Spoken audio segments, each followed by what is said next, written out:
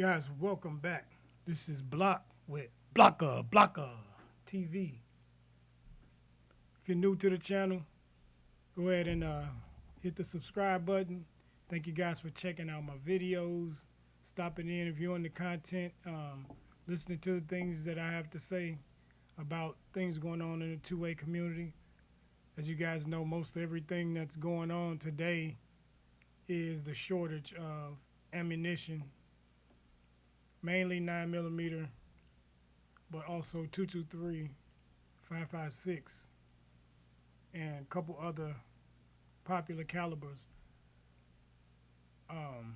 Wanted to get into another video today, guys. A topic pretty much the same thing, but getting into the shortage, the ammo shortage of 2020 that we've been experiencing, and the whole gun community is basically weighing in on it. My thing is for today is the ammo shortage, and one of the main causes of the ammo shortage, and that's hoarding.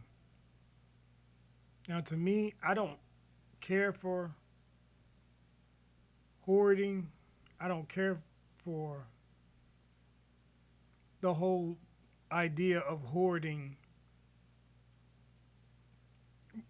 I believe that you should stockpile, and you should stockpile what you feel you need and those around you will need. But when it comes to hoarding, hoarding is a totally different thing from stockpiling, guys, and we have to understand that. There are people that's going to tell you to hoard all the ammo you can hoard and all of that. It's I don't understand. Well, I don't know. I don't know if you guys understand. But the weight of a 50 round box of ammo is not light. The weight of 500 rounds of ammo in an ammo can, guys, is not light. Just take how a lot of people who carry concealed, the idea of carrying concealed is to be as discreet as possible, to have as many rounds on you as possible, but have that firearm be as small of a package and as little of a weight as possible. So anybody that has, let's say, a Glock, when you have that Glock, let's say you have even a G, let's say a Glock 43X and a Glock 19, with the difference in rounds, pretty much the same, almost the same size firearm, you're going to have a greater weight because you're carrying more ammunition in one than the other. Now, if you're hoarding ammo, in my opinion, guys, it becomes a logistical nightmare when you try to have thousands and thousands and thousands and thousands around. Where do you put those? Do you store it in the basement, just below your kid's room in the basement? Do you spend $100 a month for a storage unit? Do you keep it in your kitchen in the corner? I mean, like, is it in the garage where your wife parks her car every day? Like, there's a time when too much is too much. And some people don't understand too much. They don't have a sense of a boundary. And ammo is not like you're storing food. It's a hazardous thing. It's an explosive thing. It's a dangerous thing. And having too much of that, in my opinion, around is not a safe thing. It's not a wise thing. I'm not saying don't have 1,000 or 2,000 rounds for every type of weapon that you have. That's not what I'm saying. I'm saying you don't need 10,000, 20,000 rounds of an ammo for every type of weapon.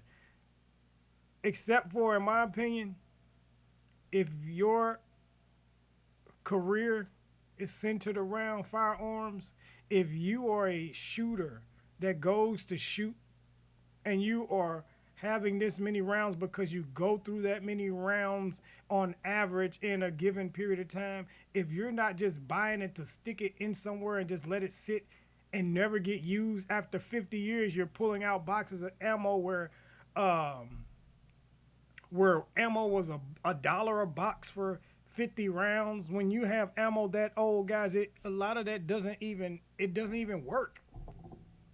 The storage that people did back in those times when ammo was that cheap is not the it's not equivalent to the storage methods of today. So a lot of that stuff is not even it's stale ammo. And it baffles me that someone would invest that level of money and time into something that they just let sit. If you're a competition shooter and you shoot 1,000 rounds in a week, of course it makes sense to have 10,000 rounds on hand at any given time. Of course it does. But if you're a new firearm purchaser or someone who hardly ever even you have a firearm that you've had for a year or two or three, and you've hardly in that time period you've spent 200 rounds to break in the gun that you feel like you need to break in the gun. It's performed the way you want. You conceal carry now, and you haven't been back to the range, but maybe 2 times in 3 years you've been there 5 times. That's not what ammo is for. I it just baffles me, like the level of thinking that some people have when it comes to this whole ammo thing. And it's a shortage, guys, and they're predicting guaranteed.